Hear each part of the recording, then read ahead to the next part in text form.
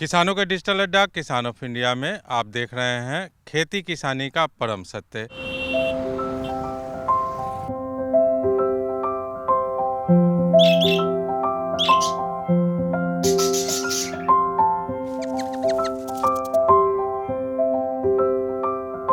केचुआ खाद का नाम आपने बार बार सुना होगा, वही जिसे अंग्रेजी में वर्मी कंपोस्ट कहते हैं। ये जैविक खेती का एक महत्वपूर्ण आधार है। और कैसे ये केचुआ खाद बनता है, क्या इसका तरीका है, इस पूरी प्रक्रिया को आप तक पहुंचाने के लिए हमारी टीम आज पहुंची है हरियाणा के पटौदी के गोरियावास में। आपकी मुलाकात हम आज कराने जा रहे हैं वर्मी कंपोस्ट उत्पादक और प्रगतिशील किसान कृष्ण कुमार जी से। और आज हमारे साथ हमारी सहयोगी दीपिका जोशी भी आई हैं।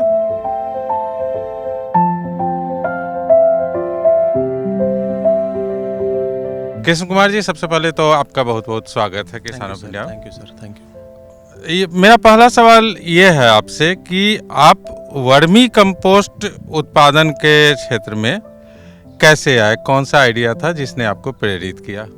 सर, हम भाई राजीव दीक्षित से प्रेरित होके उनकी हम वीडियो वगैरह देखते थे, उससे प्रेरित होके मेरे को आइडिया लगा कि हम जैविक कुछ करें, क्योंकि रासायनिक बहुत ज़्यादा चल रहा है और उससे बीमारियां भी बहुत सारी फैल रही हैं। धीरे धीरे करके ऐसे स्टेप बाय स्टेप हम इसके अंदर धीरे धीरे करके आए और बिल्कुल जीरो से स्टार्ट करके मैं यहाँ तक पहुँचा हूँ। ये जब सबसे पहली बार आपने शुरुआत की थी तो केचुआ कहाँ से लेकर आए थे? सर, मैंने ये जयपुर से मंगाए थे। एक्चुअल में जयपुर के नियर बाई टोंक है, वहाँ से मंगाए थे मैंने। और कुल मिला के 2 ही बेड के मंगाए थे स्टार्टिंग में, और उसी से मैंने धीरे धीरे करके फैला के आज मेरे पास 600-700 बेड के करीब हैं। उसी से मैंने डेवलप किए। और ये केचुआ करते क्या है खेती में, मतलब ये क्यों ज़रूरी है, क्यों फ़ायदेमंद है? सर, जो हमारे जो फर्टिलाइज़र यूरिया DAP है, उसकी वजह से क्या है कि जो हमारे देसी वाले केचुए वो नीचे चले गए। और जो हम खाद बनाते हैं, ये वाले जो वर्म्स हैं, ये है ऑस्ट्रेलियन वर्म्स, आइसिनिया फेटिडा, रेड वर्म भी बोलते हैं इनको। आइसेनिया फेटिडा ऑस्ट्रेलियाई प्रजाति का केचुआ है, जिसे रेड वर्म भी कहते हैं। इस केचुए की खासियत है कि ये उत्तर भारत के मौसम के अनुकूल है, कम और ज़्यादा दोनों तापमान को सह सकते हैं। 90% तक ये केचुआ गोबर खाता है, इससे वर्मी कंपोस्ट की गुणवत्ता ज़्यादा अच्छी होती है।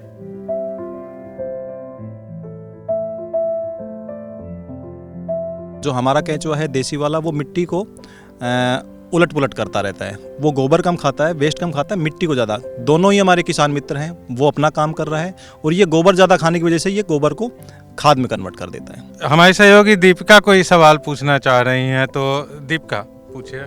कृष्ण जी, अभी आपके जो यूनिट्स हैं उसमें जो बेड हैं वो कितने हैं और कहाँ कहाँ पर आपकी यूनिट्स एस्टेब्लिश हैं? साथ ही साथ जब 5 साल पहले आपने अपना सफ़र शुरू किया था, तब से लेकर आज तक आपको वर्मी कंपोस्ट यूनिट के बिजनेस ने क्या दिया है, कहाँ पर आप आज खड़े हैं?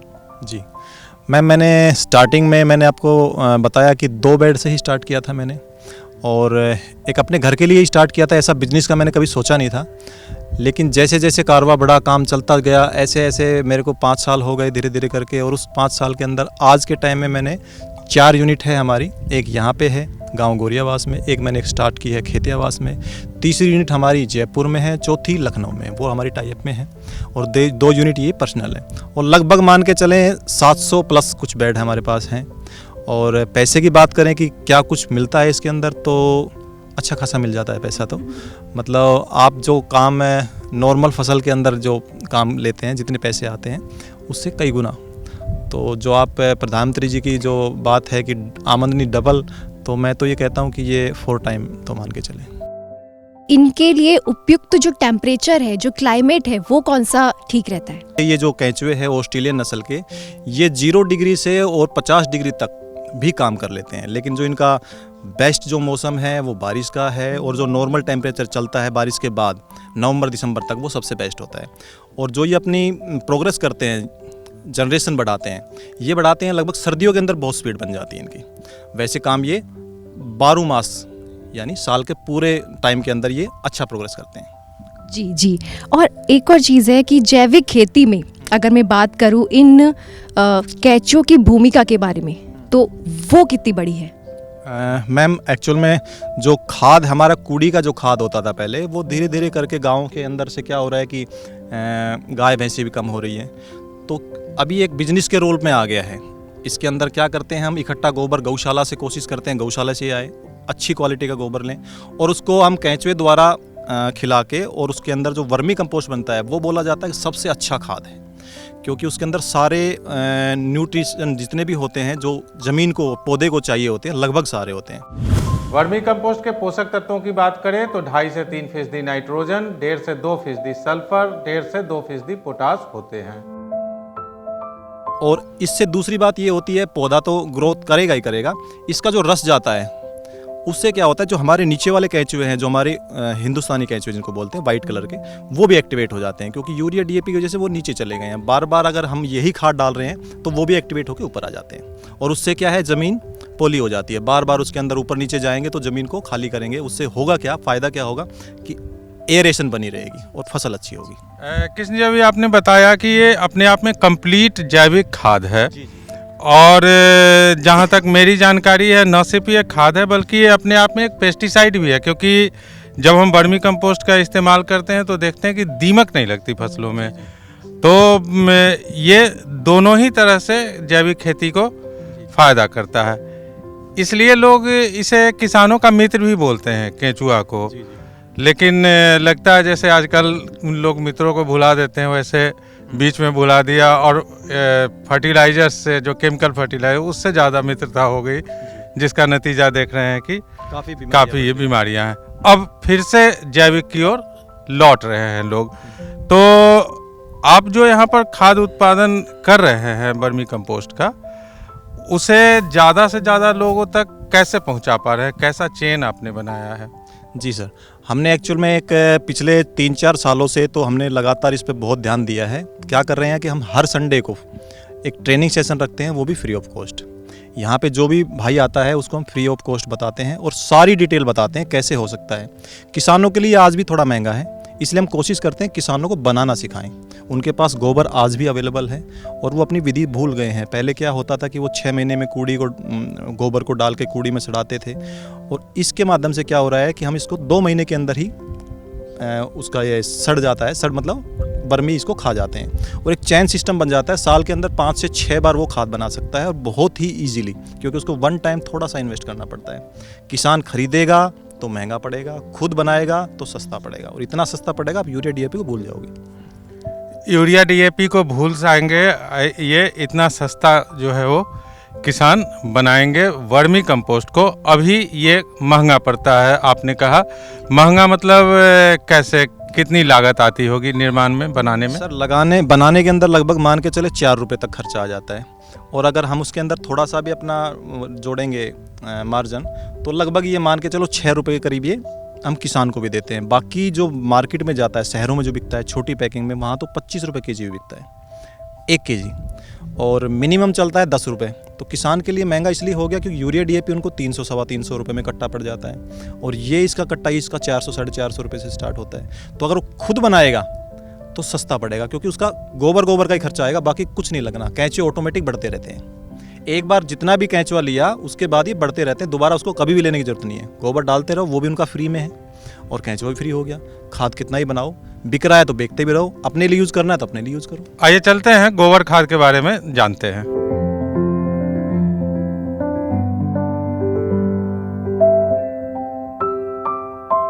कृष्ण जी, एक चीज़ बताइए कि ये गोबर से शुरुआत होती है जैविक खाद बनाने की, तो ये सबसे किस तरह का गोबर आना चाहिए, होना चाहिए, और क्या इसका प्रोसेस क्या है? देखिए सर, ये जो गोबर है ये गौशाला से हमने मंगाया हुआ है, प्योर गोबर है गाय का, देसी गाय का। और इसको यहाँ पे जैसे ट्रैक्टर ट्रॉली इसको डंप करके जाते हैं, तो इसको हम थोड़ा फैला देते हैं, 1.5 से 2 फीट की हाइट पे ले आते हैं इसको, और उसके बाद इसको 15 दिन तक यहीं पे पड़ा रहेगा। ये जो नलिया देख रही हैं आप, पानी हमने डाला हुआ है, पानी इसका इसके ऊपर लगातार छिड़काव चलता है 15 दिन तक। 15 दिन में क्या होता है कि इसके अंदर जितनी भी गैस है वो सारी की सारी रिलीज हो जाती है, और ये ठंडा हो जाता है, बेड में डालने लायक। और बेड में डालने का आपको मैं आगे दिखाऊंगा, आगे कैसे डाला हुआ है। 2 तरीके हैं, एक तो वर्मी जो बेड आता है उसके अंदर डाला हुआ है हमने, एक जो हम नॉर्मल जो बेड बनाते हैं पन्नी के ऊपर, एक उस पर डाला हुआ है।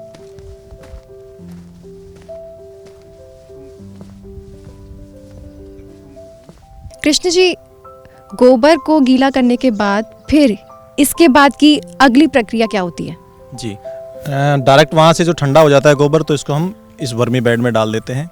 इसमें दो तरीके हैं, हम दो तरीके से बनाते हैं। एक तो वर्मी कंपोस्ट बनाते हैं हम बेड में डाल के, दूसरा तरीका आपको सामने दिख रहा है जो हमने कबरनुमा बनाया हुआ है, एक वो तरीका है। जो आप ये वाले बेड दिख रहे हैं, इसके अंदर हमने खाली गोबर डाला हुआ है। अभी इसके अंदर अभी हम प्रोम बना रहे हैं बेसिकली। इसमें जो DAP का विकल्प होता है वो भी जैविक, ठीक है, उसका एक प्रोसेस है, वो हमसे सीख सकते हैं कभी भी आके कोई भी भाई। तो ये DAP का विकल्प है और ये वर्मी कंपोस्ट है बेसिकली जी। जैसे ही हम इसके अंदर गोबर डालते हैं बेड के अंदर, तो उसका अगला स्टेप ये होता है कि इसमें केंचुआ छोड़ना होता है, क्योंकि ये अब बिल्कुल तैयार हो गया है केंचुए के खाना। इसके अंदर कुछ लोग बोलते हैं जी आप कितना पुराना गोबर यूज़ कर सकते हो, तो मैं एक बात कहूँगा कि इसके अंदर 15 दिन पुराना तो सबसे बेस्ट है, क्योंकि उसमें से गैस निकली हुई है।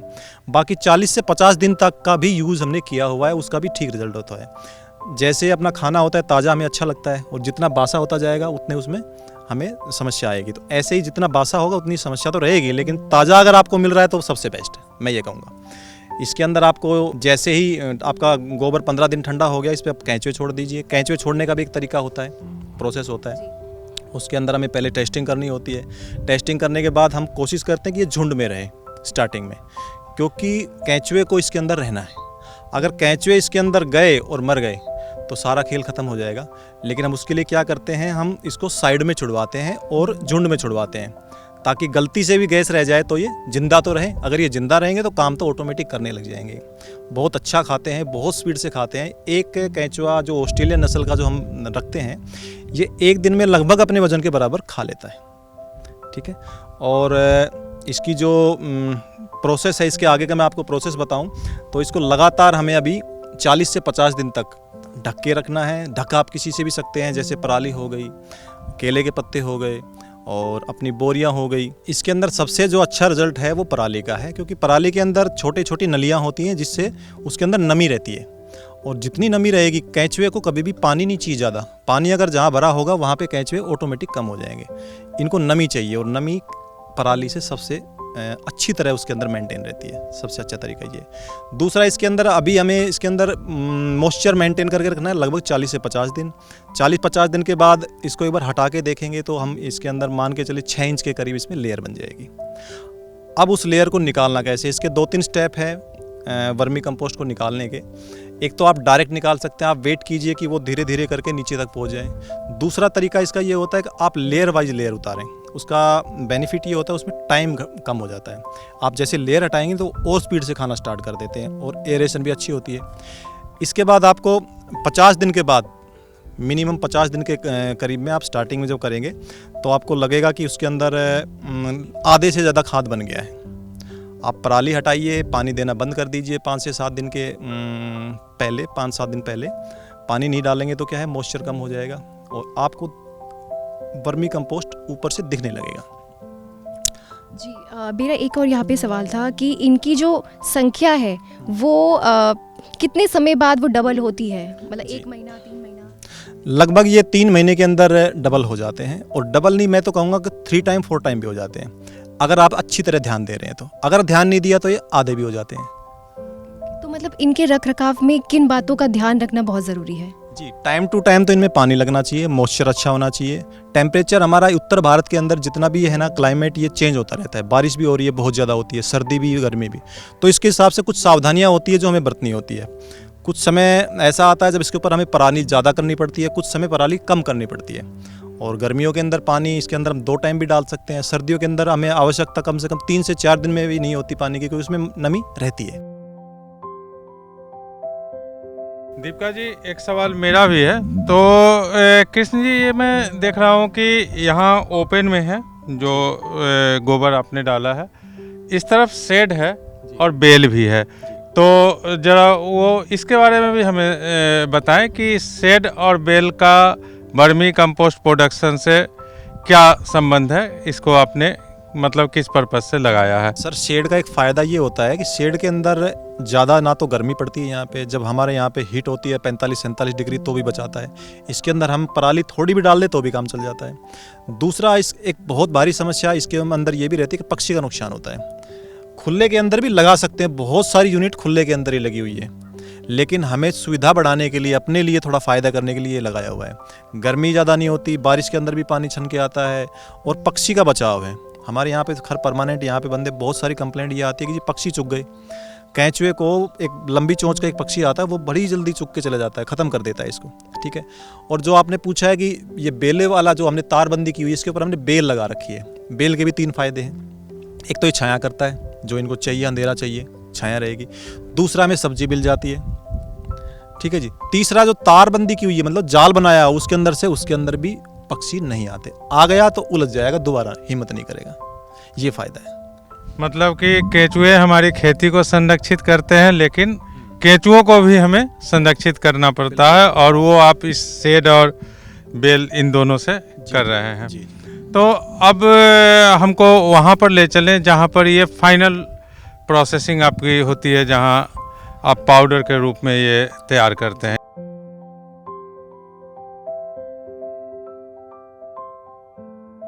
तो क्या ये है वर्मी कंपोस्ट का फाइनल प्रोडक्ट जो आपने तैयार किया है? जी सर, ये 2-3 महीने के बाद जो हमारा फाइनल प्रोडक्ट निकलता है वो है ये। इसको हमने थोड़ा सा नमी कम करने के लिए यहाँ पे ढेर लगाया हुआ है। इसके बाद हम जो छनाई करेंगे वो अंदर करेंगे, वो आपको मैं अंदर दिखा देता हूँ। जी चलते हैं, वो जहाँ छनाई वाला है काम वो भी देख लें।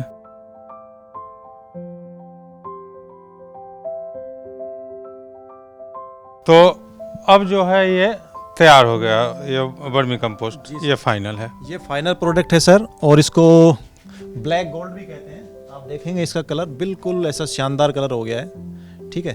और ये स्मूथ क्वालिटी है, सबसे अच्छी क्वालिटी है वर्मी कंपोस्ट की। आप कलर के हिसाब से देख सकते हैं इसको। अब ये पैकिंग के लिए जाएगा। पैकिंग के लिए आपको मैं 2 पैकिंग, हमारे पास अभी 2-3 पैकिंग है, जैसे 50 kg, 40 kg और 5 किलो के अंदर है। ये तीनों पैकिंग मैं आपको दिखा देता हूँ। इसके अंदर ही पैक होगा। और ये आपने जो अपना ब्रांड जो बनाया है, इसका जो पैकिंग का, उसका क्या नाम दिया है? सर उसका नाम हमने भूमि गोल्ड दिया है। ये हमने ट्रेडमार्क लिया हुआ है इसका। और कुल मिला के अच्छी पैकिंग है, अच्छी क्वालिटी का खाद है। मतलब ये ब्लैक गोल्ड, और आपने ब्रांड का नाम दिया है भूमि गोल्ड। भूमि गोल्ड, जी जी, बढ़िया जी। तो वर्मी कंपोस्ट का पहले चरण से लेकर के फाइनल प्रोडक्ट तक का पूरा स्टेप हमें बताया कृष्ण कुमार जी ने, और हम उम्मीद करते हैं कि सभी दर्शकों को पूरी की पूरी प्रक्रिया समझने में मदद मिली होगी। तो कृष्ण कुमार जी, हमसे बात करने के लिए आपका बहुत बहुत धन्यवाद। सर आप लोगों का भी बहुत बहुत धन्यवाद यहाँ पे विजिट करने के लिए और किसान के पास ये सारी जानकारी पहुँचाने के लिए। आज हमने इस विशेष कार्यक्रम में मुलाकात की कृष्ण कुमार जी से, जो वर्मी कंपोस्ट बिजनेस से जुड़े हुए हैं और उन्हें इस बिजनेस को करते हुए करीबन 5 साल हो गए हैं। अगर आपके कुछ सवाल है जो आप उनसे सीधा पूछना चाहते हैं तो आप हमें भेज सकते हैं। अगर आप इस वीडियो को YouTube पे देख रहे हैं तो हमें लाइक कमेंट कीजिए। अगर आप इस वीडियो को Facebook पे देख रहे हैं तो लाइक कमेंट शेयर कीजिए। और हाँ, आप सीधा हमारे जरिए कृष्ण कुमार जी से वर्मी कंपोस्ट यूनिट को लेकर, जैविक खाद को लेकर अपने सवाल सीधा भेज सकते हैं। आज के लिए इतना ही, धन्यवाद। किसान ऑफ इंडिया के YouTube चैनल को सब्सक्राइब करने के लिए नीचे दिया हुआ सब्सक्राइब बटन दबाएं और किसान ऑफ इंडिया से जुड़े सभी अपडेट्स को पाने के लिए बेल आइकॉन दबाना ना भूलें।